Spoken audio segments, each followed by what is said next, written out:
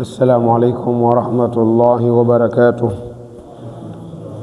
الحمد لله رب العالمين والعاقبة للمتقين فلا عدوان إلا على الظالمين.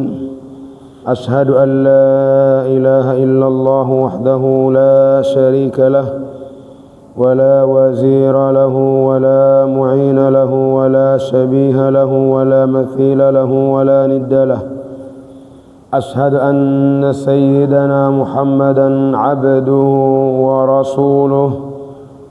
اللهم صل وسلم على سيدنا محمد وآله وصحبه وسلم صلاة تخرجنا بها من ظلمات الوهم وتكرمنا بنور الفهم وتوضح لنا ما أشكل حتى يفهم.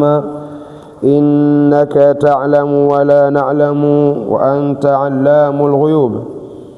رب اشرح لي صدري ويسر لي أمري واحلل عقدة من لساني يفقه قولي. وبعد، tunamshukuru Allah subhanahu wa ta'ala kwa fadhila zake na rehema zake mbalimbali ambazo anaendelea kutuneemesha kadiri ambavyo tupo, na anaendelea kutupa neema ya uhai na nyinginezo. Basi hatuna budi kusema alau kwa uchache alhamdulillahi rabbil alamin. Katika darsa yetu ya Qur'ani tafsiri tulimalizia tukakomea kabla ya Ramadhani na surata At-Takathur. Tulisimama katika sura At-Takathur, na leo hii insha Allahu taala tutaendelea na suratul Qari'ah. Suratul Qari'ah ni sura ya 101 kwa mpangilio wa mushaf, na sura hii ni makiyatun, ni sura iliyoteremka Makka. Na sura hii moja kwa moja Mwenyezi Mungu Subhanahu wa Ta'ala anakusudia kutupa habari na kutufahamisha namna maisha ambayo tunaelekea kuyakabili mara baada ya kuondoka katika ulimwengu yatakuwa na sura gani, zahma zake zitakuwa katika taswira ipi. Kwa sura hii inatuonesha namna ambavyo ahwali za siku ya Kiyama zitakavyokuwa, watu wataondokaje na yapi ya ajabu ambayo Mwenyezi Mungu Subhanahu wa Ta'ala atayapitisha yawapitie viumbe wake. Kwa hatuna budi sisi kuyafahamu hatuna budi kufahamu anil qiyamati wa ahwaliha wal akhirati wa shadadiha au wa shadaidiha. Tufahamu al akhirah wa shadaidiha wa ma yakunu fiha min ahdathin wa ahwalin idham, namna mambo mbalimbali yatakavyokuwa, matukio na shida za siku ya Kiyama na uzito wake. Kama vile miongoni mwa mambo hayo ambayo watayapitia waja ni lile tukio la khurujun nasi minal quburi, watu kutoka katika makaburi yao. Tukio la watu kufufuliwa kutoka makaburini, hapo pekee pia pana uzito wake, pana mambo yake na mashaka yake.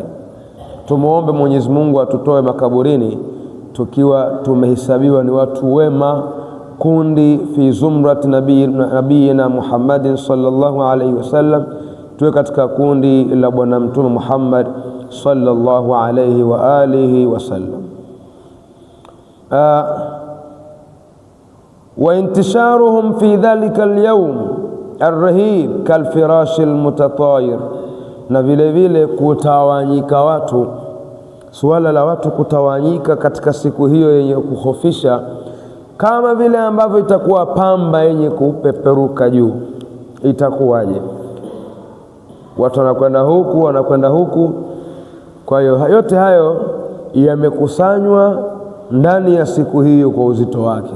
Lakini tukikaa katika ulimwengu tunakuwa tunajisahau kama kwamba hakuna lolote mbele yetu, na hilo ndilo tatizo. Allah subhanahu wa ta'ala ametuwekea Qur'an, akataka Qur'ani tuisome, tuifahamu na tuwe tunaipitia mara kwa mara, si tu kuiimba Qur'an, bali Qur'an ni mawaidha, Qur'an ni dhikrun, ni ukumbusho ambao mtu anapoupitia na kuusoma ukumbusho huo humkumbusha na kumuonesha maisha ya mbele yake yako vipi ayaishi maisha yake haya kuyatengeneza maisha ya mbele yake. Maana yale maisha ya mbele kashayafahamu, kashafahamishwa yako hivi, yatakuwa na mfumo huu, muundo huu, mapito haya kashayajua yale maisha na kashaamini. Ndio maana moja tukaekewa ni mtu kuamini akhira, kwa sababu ukishaamini akhira, baada ya imani kinachofuata ni nini? Ni kuitengeneza hiyo akhira. Si umeshaijua uzito wake, ni kutengeneza mazingira huo uzito kwako ukawa mwepesi. Kushajua raha zake, furaha yake, ni kutengeneza ile furaha nawe na mimi tukawemo furahani. Ndio maana Allah anatuzungumzia mambo kama haya. A'udhu billahi minash shaitanir rajim. Bismillahir rahmanir rahim. Al-Qari'ah. Allah subhanahu wa ta'ala ameanza na neno hilo Al-Qari'ah, wakatafsiri wanawachuoni msiba wenye kugonga nyoyo. Al-Qari'ah maana yake ni msiba wenye kugonga nyoyo. Unaweza ukakutia, kuna tafsiri inasema Al-Qari'ah qiyama, ikatosha pia kusema Al-Qari'ah qiyama. Tunasema msiba wenye kugonga nyoyo kwa sababu hili pia ni jina miongoni mwa majina ya qiyama. Qiyama kina majina mengi sana, na kwa sababu ya uzito wake siku hiyo na mambo yake yaliyokusanywa ndani yake, ndipo ukakuta hata majina kuwa mengi ambayo yote yanaitambulisha siku hiyo. Al-Qari'ah, Al-Qiyama, Al-Haqqa, yote hayo ni majina miongoni mwa majina ya Qiyama. Kwa sisi tutafsiri Al-Qari'ah msiba wenye kugonga nyoyo. Mal-Qari'ah, Mal-Qari'ah, ni upi huo msiba wenye kugonga nyoyo? Ni upi? Mwenyezi Mungu sio kama hajui, anauliza ili kutuweka sisi tukae standby, tukae tayari kutaka kusikiliza definition, kutaka kusikiliza details, yale maelezo ya ziada yanayoihusu hiyo siku, huo msiba wenye kugonga nyoyo.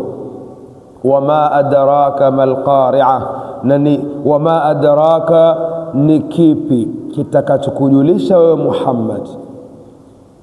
Aya ya pili amesema mal-Qari'ah, ni upi huo msiba wenye kugonga nyoyo. Bado hajatujibu, anaongeza swali la kutuweka pia tayari. Maana kabla hajazungumza Allah anatuweka tayari mara mbili, mara tatu, ili akituambia mapokezi yetu pia yawe mazito kuyapokea. Wama adraka, na ni kipi kitakachokujulisha wewe Muhammad. Mal-Qari'ah, ni upi huo msiba wenye kugonga nyoyo. Mambo gani ambayo yakitokea yakionekana kweli utaona huu ni msiba unaogonga nyoyo kweli, hili ni tukio linalogusa na kutingisa nyoyo za watu, na watu kushughulishwa akili zao na nyoyo zao. Ni siku ipi? Allah akasema yauma yakunu nnasu. Ukitaka kujua jambo hilo lenye kugonga, msiba huo wenye kugonga nyoyo, kutakuwa na nini katika matukio yatakayotokea, Allah anatuambia katika aya ya 4, yauma yakunu nnasu, siku watakayokuwa watu kalfarashil mabthuth, kama nzige uliotawanywa. Alfarash, farash ni aina jamii ya vipepeo, kurumbiza, hawa wa mvua, umbikumbi, sijui ngumbi, nzige, jamii hiyo yote tunawajua. Wadudu aina hii wanavyokuwa katika mtawanyiko wao. Watazama kipindi cha mvua wanapokuja wale ngumbi wale au kumbikumbi tunawaita, wakiingia eneo wanakuwa wanatawanyika, mbawa zao zinatawanyika. Unaweza kumkuta yeye yupo kule, mbawa ziko huko ziacha huko, yeye anazunguka hivi. Sasa Allah anatujengea sura, taswira, picha. Siku hiyo itakuwa katika mfano wa wewe unavyowaona wadudu hao wakiwa wanavyokuwa. Yauma yakunu nnasu, siku watakayokuwa watu, kalfarashil mabthuth, kama nzige uliotawanywa. Sio nzigo, nzige, jamii ya wadudu uliotawanywa. Waangalie watu Makka wanavyokusanyika pale katika siku za Hija, wanavyokuwa, halafu ile picha ichukuliwe kwa mbali hivi, waone wanavyotawanyika, huyu anakwenda huku, huyu huku. Na ndio maana taswira ile anayoijenga Allah pale kwenye haji, kwenye ibada tukufu ya Hija, ni taswira ya siku gani? Siku ya Kiyama. Lile vazi wanalovaa watu rubega, vazi jeupe watu wote, si tajiri si maskini, si raisi si mfalme, si raia wa kawaida, si askari si sergeant, si yoyote, wote wana muonekano mmoja. Ndio siku ya Kiyama watu wote watakuwa na muonekano mmoja. Kwa hiyo Mwenyezi Mungu Subhanahu wa Ta'ala katika aya hii anatuambia siku ambayo, siku atakayokuwa watu kama nzige uliotawanywa, ule wingi wao na ule mkusanyiko wao na zahma na kushughulishwa kwao, huyu huku yule kule, ndio taona ni kama vile nzige uliotawanywa. Dhalika yahduthu indama yakhruju nnasu min quburihim fazi'in. Anatuambia mfasir ya kwamba hayo ni pale ambapo yatatokea hayo wakati watu wanatoka kutoka wapi? Makaburini mwao, fazi'ina, hali ya kuwa wamefadhaika, kila mmoja ameshughulika, wala hawashughulikiani watu kutazamana. Kanahum farash mutafarriq muntashirun huna wa hunaka, kama vile wao ni hawa jamii ya nzige, hawa vipepeo, jamii hizi wametawanyika, wameenea huku na kule.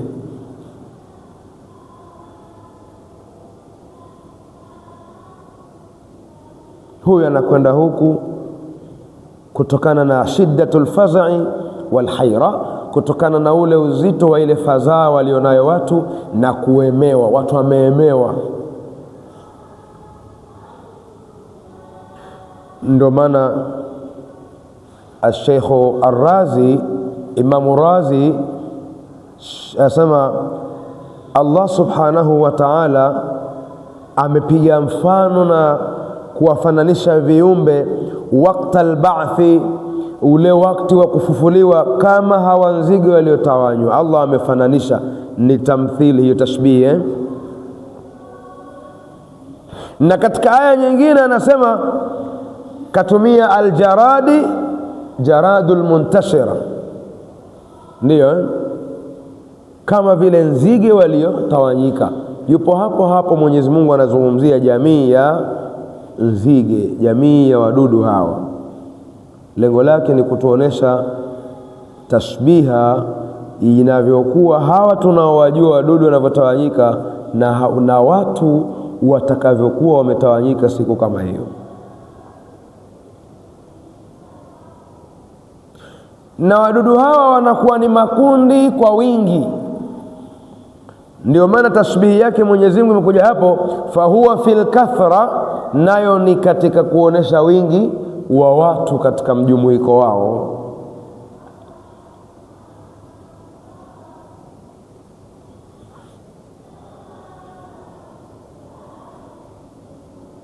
Aya inayofuata Allah anatuambia watakunu aljibalu, na itakuwa milima kal'ihni almanfush, kama pamba iliyochambuliwa. Hii milima tunayoiona licha ya uimara wake, Allah ameisifu ndani ya Qur'an, anasema waljibala autada, yani ja'alna aljibala autada, na tukaifanya milima kuwa ni kama vigingi. Milima tunayojua ni vigingi. Vigingi manake ni kitu kilichozuia kitu kisitetereke. Milima hii kuwepo kwake, moja ya faida yake ni kuishikia hii ardhi, kuishika ardhi ikashikamana, ikawa iko madhubuti, ikathibiti ardhi. Allah anapotupa mtihani wa tetemeko la ardhi, anatupa mtihani, lakini haina maana kwamba kumelegea, kuna vitu vimelegea. Kama sisi fundi anaweza akasahau kuna vitu asiviweke vizuri, pakapatikana nini? Dosari katika ujenzi. Mwenyezi Mungu anapotupa mitihani ya tetemeko la ardhi, anakuwa anatukumbusha mwenyewe tu kwamba tukumbuke. Lakini milima kazi yake moja ni kuthibiti ardhi kisawa sawa, ikawa imetulizana vizuri. Kwa hiyo Mwenyezi Mungu anatuambia siku hiyo ya msiba wenye kugonga nyoyo, watakunu aljibalu, na itakuwa milima kal'ihni almanfush, kama pamba iliyochambuliwa. Tunajua pamba ni kitu laini, ukichambua hivi kinaweza kutoka peruka, ukipuliza upepo mwepesi tu kinafanya nini? Inaelea kwenye hewa. Allah anafananisha hivi milima unavyoiona, licha ya uimara wake, siku ya Kiyama itakuwa mepesi, inasafishwa ardhi iwe nyeupe, itachambuliwa milima, inapeperuka. Watu huwezi kuamini kama ule ni mlima jinsi unavyopeuka kwenye hewa. Hiyo ndio siku ya Kiyama, siku ya maajabu. Watakunu aljibalu kal'ihni almanfush, na itakuwa milima kama pamba iliyochambuliwa. Kasuf almuntashar, kama vile sufi, pamba yenye kutawanywa. Tatafarraqu ajzauha, ina baguka zile sehemu zake. Fil jawi, katika nini? Katika hewa.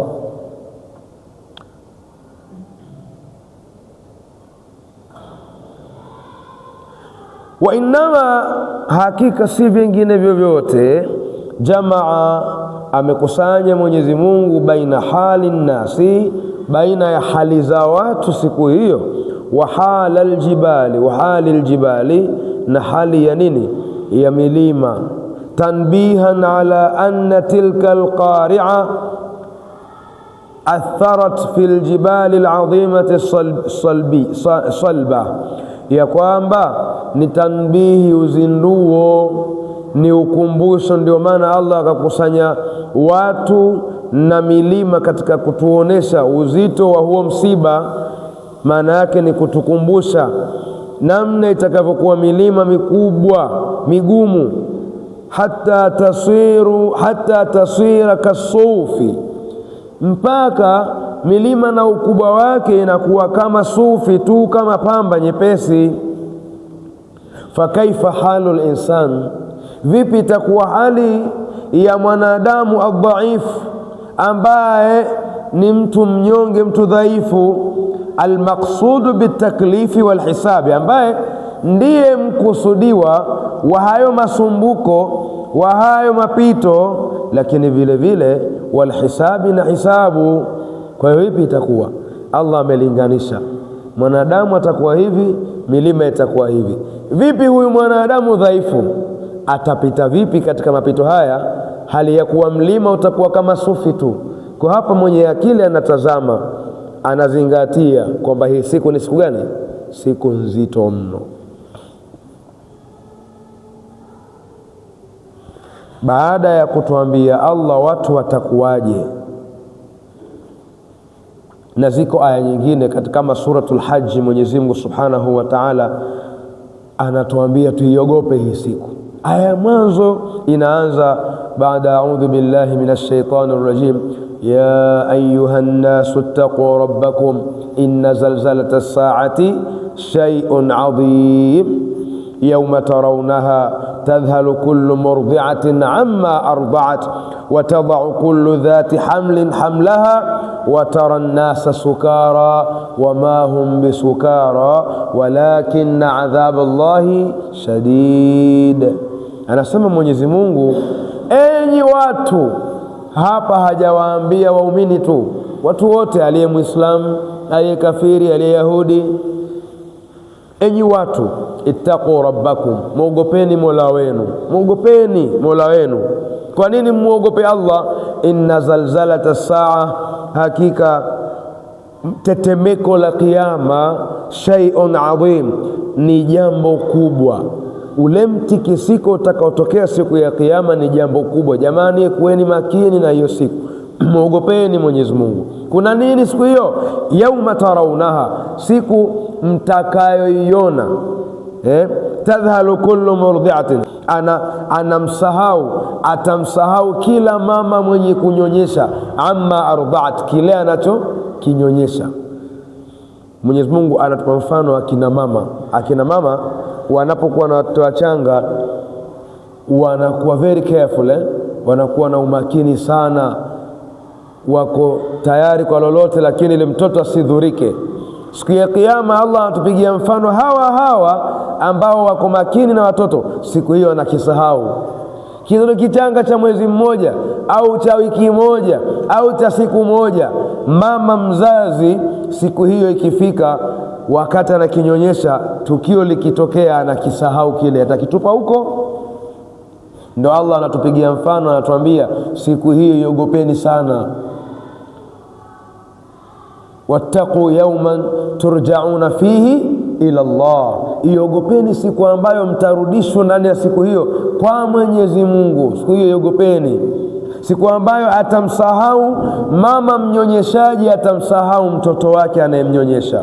Watadhau kullu dhati hamlin hamlaha, na atazaa kila mwenye mimba, kila mjamzito atakizaa kile alichokibeba, hata kama ni cha wiki moja, cha mwezi mmoja, ataharibu, atakizaa. Hiyo siku nzito. Fikiria mtu ana mimba ya mwezi mmoja, ya wiki moja, hata haijafikia hali yoyote ile. Anasema Mwenyezi Mungu siku hiyo atakitoa kilichomo tumboni, atakizaa. Si hayo tu, watara nasa sukara, na utawaona watu wamelewa. Wama hum bisukara, hali ya kuwa hawajalewa kama unavyolewa watu wakunywa pombe au wamepiga ulevi. Hapana, Allah anasema utawaona watu wamelewa hali ya kuwa hawajalewa. Lakini ni nini? Walakinna adhab Allahi shadid, lakini ni adhabu ya Mwenyezi Mungu iliyo kali. Watapitia watu. Hiyo siku ni siku nzito. Ndio maana Mwenyezi Mungu anatufahamisha mapema tuweze kuijua. Lakini siku hiyo itakuwa na wepesi licha ya uzito wake kwa wale ambao wataitengeneza njia ya kuupata wepesi. Itakuwa ni nzito kwa kuwa pia ni nzito, wataupata huo uzito wale ambao hawakutengeneza mazingira wakailainisha hiyo siku. Na kuilainisha ni kuondoka vizuri katika mgongo wa ardhi. Ukiondoka vizuri anavyotoka Allah, basi siku hiyo itakuwa kwako wewe shida zote Mwenyezi Mungu atakuondoshea. Mwenyezi Mungu atuondoshee shida zote. ndio yale maneno tunayoyasema hapa baada ya swala: Allahumma inni a'dadtu likulli hawlin la ilaha illa Allah wa likulli hammin wa ghammin ma sha Allah wa likulli ni'matin alhamdulillah wa likulli rakha'in wa shiddatin ashkuru lillah wa likulli a'jubatin subhanallah wa likulli dhanbin astaghfirullah wa likulli musibatin inna lillahi wa inna ilayhi raji'un wa likulli dhiqin hasbi Allah wa likulli qada'in wa qadarin tawakkaltu ala Allah wa likulli ta'atin wa ma'siyatin la hawla wa la quwwata illa billah al-ali al-azim. Haya maneno ni sentensi 10 hizi. Mtume sallallahu alaihi wasallam alisema siku ya kiyama ina ahwali 1000. Yani siku ya kiyama hii ina ahwali hazipungui 1000. Tukisema ahwali ni yale mashaka yake na matatizo yaliyobeba siku hiyo, mashakil yasiyopungua 1000. Akasema sakaratul maut, kutoka roho ni mashakil yasiyopungua 99.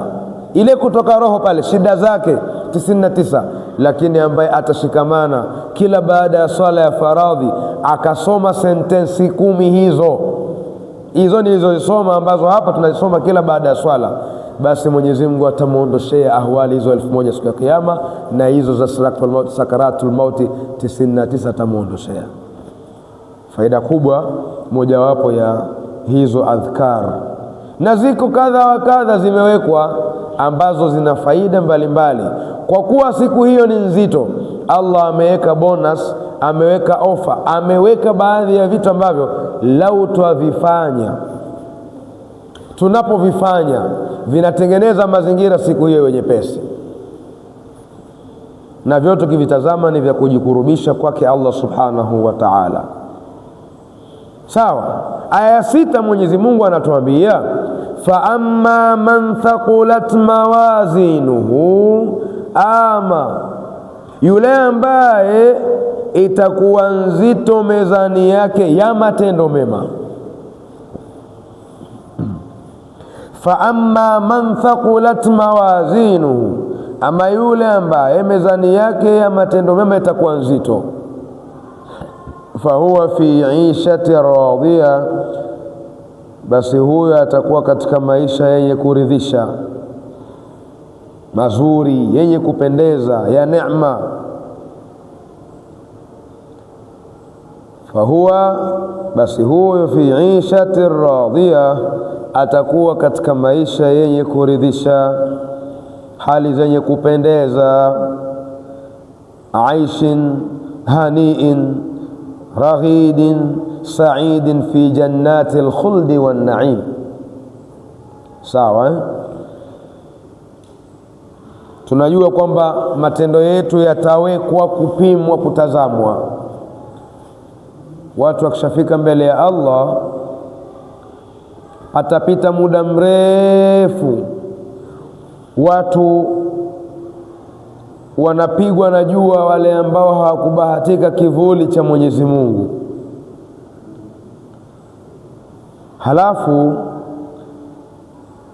wanatafuta msaada kila mahala, kila mtume anaendewa aende kumuomba Mwenyezi Mungu ili Allah aipitishe hukumu.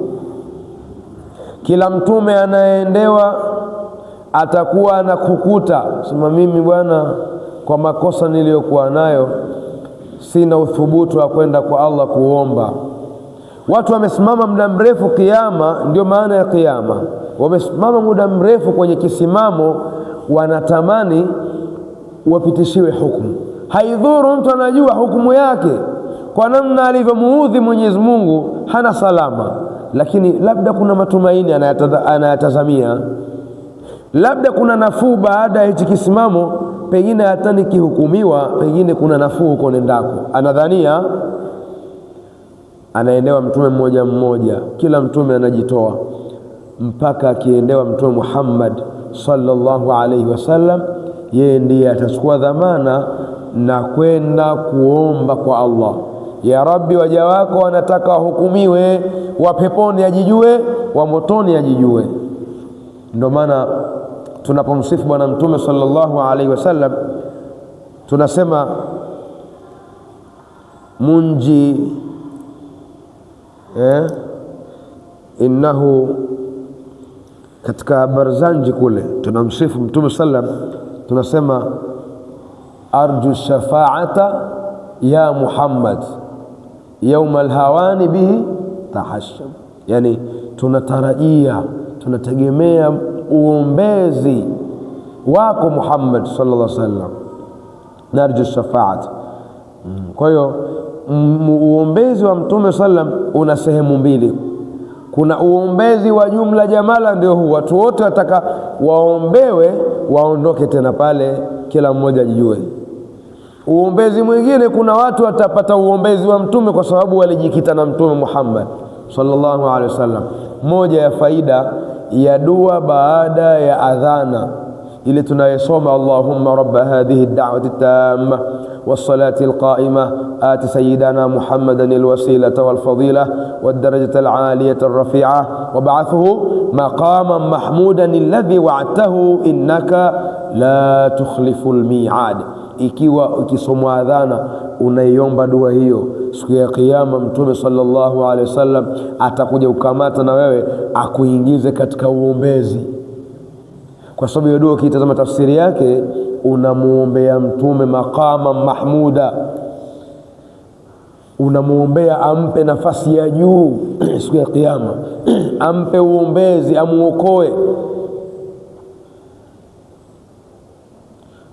Unamuombea Mtume sallallahu alaihi wasallam, na yeye Mtume atajulishwa, na anajulishwa yule pale. Ukimuombea naye anajulishwa, fulani anakuombea dua hii. Siku ya kiyama atamtafuta kila ambaye kila baada ya adhana naye alihusika kumuombea Mtume dua. Twende huko, njoo. Faida hizo siku nzito lazima utege mwahala mwa kuipapatua. Lazima ujipendekeze kwa Mtume sallallahu alaihi wasallam, kwa sababu tiketi hizo anazo, kibali hicho kapewa, ruhusa hiyo kapewa. Kwa hiyo ndio hivyo. Sasa Mtume sallallahu alaihi wasallam atakwenda kuombea watu wapitishiwe, atawaombea watu tangu wa Nabii Adam mpaka wa ummati wake wote. Mwenyezi Mungu hapo ndipo atapitisha hukumu. Hukumu ni ipi? Watu kutazamwa matendo yao. Fa amma man thaqulat mawazinuhu, ama yule ambaye itakuwa nzito mezani yake ya matendo mema. Yamewekwa matendo mema pale, kuna swala, birrul walidaini, kuwafanyia wema wazazi wawili.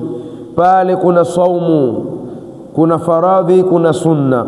Pale kuna qiraat al-Qur'ani, kusoma Qur'ani. Pale kuna dhikri, pale kuna sadaka, pale kuna zaka, pale kuna haji, pale kuna matendo kadha wa kadha, wema kwa watu majirani. Hapo imewekwa pale. Atakuwa naye huku alimkera mtu, alifanya hivi, alitema uongo, yamekusanywa pia. Inatazamwa ipi itakuwa nzito kuliko mwenzake. Hii ya matendo mema ikiwa nzito hii, basi huyu Allah anatuambia fahuwa fi ishati radhiya, basi huyu atakuwa katika maisha mazuri, radhiya, yenye kuridhisha, yani yenye kupendeza. Hapa inatuonesha hii kwamba sio kwamba atakayeingia peponi atakuwa ana thawabu tupu. Hiyo ondosha kichwani mwako. Haina maana kwamba ili uingie peponi uwe una thawabu tupu, huna dhambi. Hapana, utakwenda mbele ya Allah una kapu za madhambi, lakini yale matendo mema ni mazito zaidi ya yale ya madhambi. Huyo hukumu yake ni wapi? Peponi. Wa amma man khaffat mawazinuhu, ama yule ambaye itakuwa nyepesi mezani yake ya matendo mema. Khaffat bimaana yakunu au takunu khafif, itakuwa nyepesi. Wa amma man khaffat mawazinuhu, ama yule ambaye mezani yake ya matendo mema itakuwa nyepesi. Uongo, kuua watu, kudhulumu, kupiga, kutukana, kukera, kuvunjia watu heshima, yani kila matendo zina, kila matendo mabaya yamejikusanya kwenye kapu. Akitazama huku na swala, lakini swala yenyewe ndio hizo uchwara, hazina mbele hazina nyuma, anafunga Ramadhani lakini anafuata mkumbo, hazina thamani, hazina hadhi, kwa maana kutokana na hali zilivyo haziwezi kupeleka chini hii mezani, haziwezi kuipeleka ikawa nzito hii ya matendo mema. Kwa hiyo matendo maovu yamezidi yale matendo mema. Allah anasema fa ummuhu hawiya, basi makazi yake huyo itakuwa ni hawiya. Fa ummuhu hawiya, basi makazi yake huyo itakuwa ni hawiya.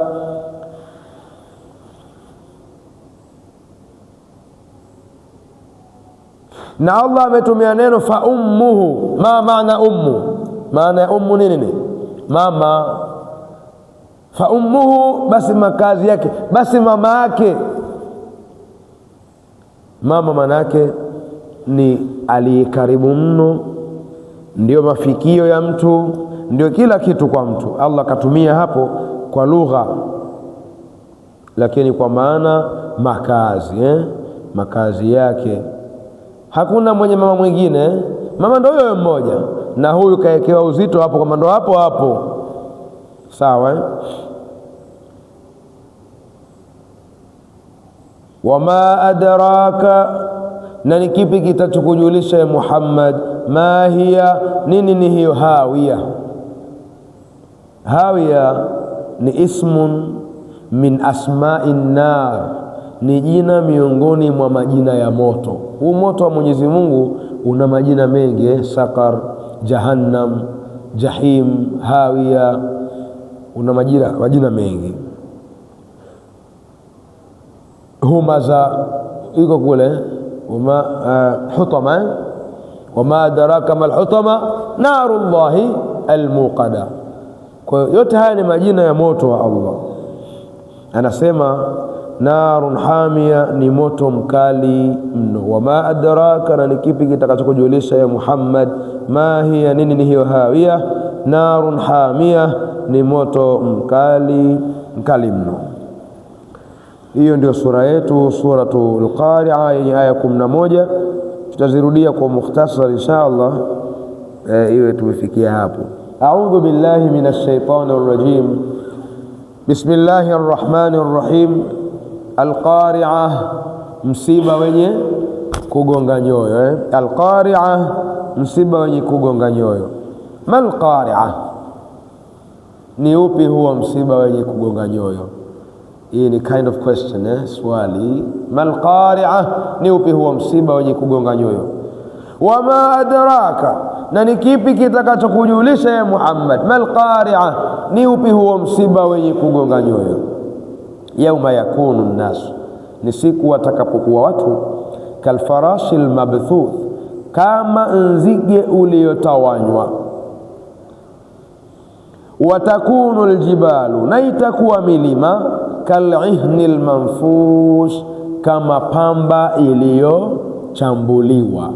Watakunu aljibalu, na itakuwa milima, kal'ihni almanfush, kama pamba iliyochambuliwa. Fa amma man thaqulat mawazinuhu, ama yule ambaye itakuwa nzito mezani yake ya matendo mema. Fa amma man thaqulat mawazinuhu, ama yule ambaye mezani yake ya matendo mema itakuwa nzito, fa huwa fi 'ishati radiyah, basi huyo atakuwa katika maisha yenye kuridhisha mazuri. Fa huwa fi 'ishati radiyah, basi huyo atakuwa kwenye maisha yenye kuridhisha. Wa amma man khaffat mawazinuhu, ama yule ambaye itakuwa nyepesi mezani yake ya matendo mema. Wa amma man khaffat mawazinuhu, ama yule ambaye itakuwa nyepesi mezani yake ya matendo mema. Fa ummuhu hawiya, basi makazi yake yatakuwa ni hawiya. Wama adraka, na ni kipi kitakachokujulisha wewe Muhammad, ma hiya, ni nini hiyo hawiya? Narun hamia, ni moto mkali mno, ni moto mkali mno. Allahumma ajirna minan nar wal iyad billahi min dhalika insha Allah. Wabillahi tawfiq. Hadha, assalamu alaykum wa rahmatullahi wa barakatuh.